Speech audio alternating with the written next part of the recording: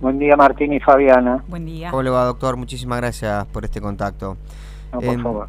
A ver, yo citaba la carta que obviamente se hizo pública. Hemos estado siguiendo el caso Aloan, por supuesto, y en el medio del caso Aloan empezaron a surgir estadísticas bastante preocupantes de cuántos niños, niñas y adolescentes desaparecen lamentablemente en la República Argentina, y un número que ustedes han advertido en esta carta viene creciendo año a año. Así es. Existe un registro nacional para centralizar la información de personas menores extraviadas, y ese registro habla de un número creciente, que en el año 2023 fue de 3.100 aproximadamente, de los cuales 60% fueron hallados, pero un 40%, o sea 1.210, aún no se hallaron. Claro. Y entonces empezamos a advertir en nuestra memoria el caso de Sofía Herrera de Tierra del Fuego del 2008, o el caso de Guadalupe Lucero en San Luis en el 2021, y los cientos de niños que abandonan hogares y no sabemos nada de ellos. Entonces, cuando vamos a cada una de las filiales de la Sociedad Argentina de Pediatría, nos encontramos con que algún caso similar hubo, y atendiendo a la memoria pueden decirnos las y los pediatras que esto pasó ya en otras oportunidades. Claro.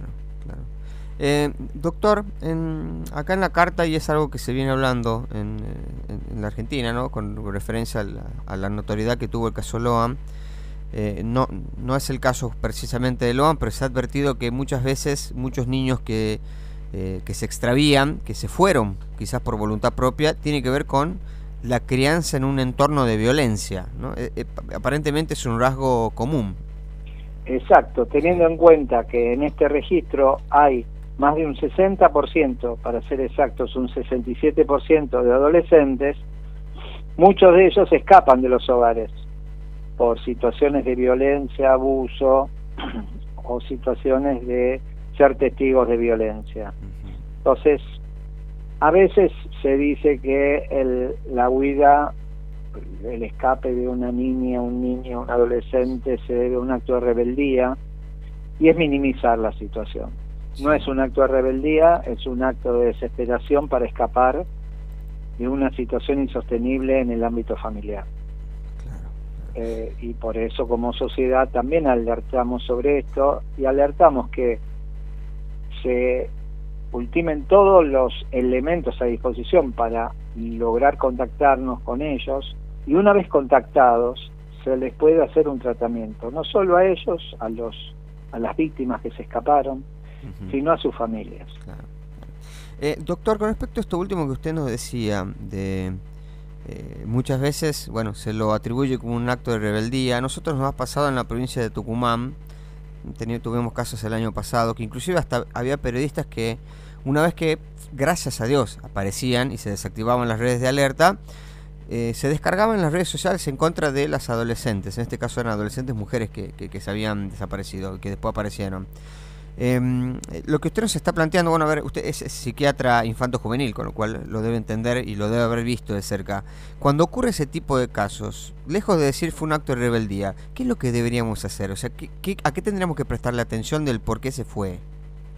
A entender las causas que motivaron la huida del adolescente, tener entrevistas, y también respetar quizás que hace un tiempo en que no se puedan ver la familia de origen con la víctima, y que si se puedan vincular, lo hagan en un espacio terapéutico y reconociendo la familia por qué estuvieron mal, y los adolescentes también pudiéndose vincular de otra manera. Claro. Inclusive un adolescente tenga una conducta de riesgo, es una situación que la familia tampoco pudo canalizarlo. Hoy en día, frente a cualquier familia que necesite ayuda, puede recurrir a los organismos de protección del Estado, defensorías de derechos o algún otro organismo, para evitar que lleguen, no sé, aquella aquella niña que tiene malos vínculos o se conecta con alguna red que le intenta explotar. Eso también habla de la inobservancia de la familia en algún punto. Pero lo que intentamos desde la Sociedad Argentina de Pediatría es ni victimizar a la familia, ni victimizar a las víctimas, sino darles un abordaje terapéutico. Claro. Doctor, con respecto a lo que usted nos mencionaba, si hay un entorno, por ejemplo, de violencia intrafamiliar, ¿no? Y es un adolescente que necesita estar alejado de ese entorno, ¿cuál sería la primera oficina a la que tendría que acudir? ¿Defensoría del Pueblo, el abogado del niño? ¿A dónde tendría que ir? Ustedes conocen más y eso es más regional, pero podría ir a todos estos lugares, Defensoría del Niño, podría denunciarlo, la Defensoría o las oficinas de protección de derechos del niño, o directamente también ir a hospitales o centros sanitarios, que son los que están abiertos las 24 horas y pueden orientar un poco a las víctimas cómo proseguir. Claro. Y si tiene, por ejemplo, su médico de confianza, supongo que es un adolescente y tiene contacto con su médico, si lo denuncia al médico, ¿el médico está obligado a actuar en ese caso? Sí, estamos obligados a actuar, pero actuar significa no solamente, o quizás denunciar, puede ser, pero sí procurar el resguardo del adolescente en este caso. Claro. Y la manera de resguardar muchas veces es ir a un centro de salud, hacer las intervenciones adecuadas y solamente egresarlo en condiciones de resguardo. Claro. Doctor, nos encontramos en un contexto donde se están estudiando de qué forma vamos a regular sobre todo adicciones que están vinculadas a la tecnología, ¿no? Se dan muchos casos de estas redes de captación que justamente buscan por allí, encuentran a un adolescente que quizás tiene algún problema de consumo, ya sea de alguna sustancia o justamente de una cuestión tecnológica. ¿Se da eso mucho? Sí, las tecnologías informáticas y comunicacionales, y sobre todo este fenómeno luego de la pandemia. Recordemos que la pandemia generó un aislamiento social preventivo y obligatorio, e hizo que el contacto social se viera seriamente limitado, no así el contacto por las redes sociales.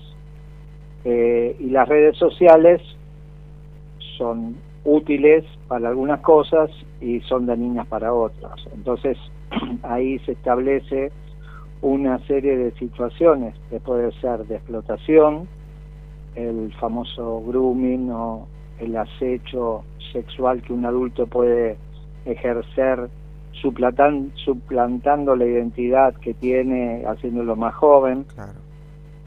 O por otro lado las pantallas, todo lo que es los medios de comunicación y las tecnologías, los desafíos que aparecen en TikTok, en Instagram, respecto de adolescentes, que se enseña desde cómo cortarse al desafío de tener apneas y a ver cuánto aguanta uno respirando, y todo eso en un adolescente que lo que necesita muchas veces es el reconocimiento de sus pares.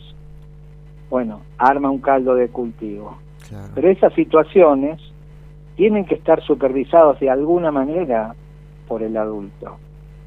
Y el adulto muchas veces está preocupado y está conectado a su vez a otras redes y a internet. Entonces, espacios que podríamos utilizar para detectar si algo no anda bien, como es la cena, el almuerzo o el desayuno, momentos o el fin de semana, que podríamos estar todos juntos.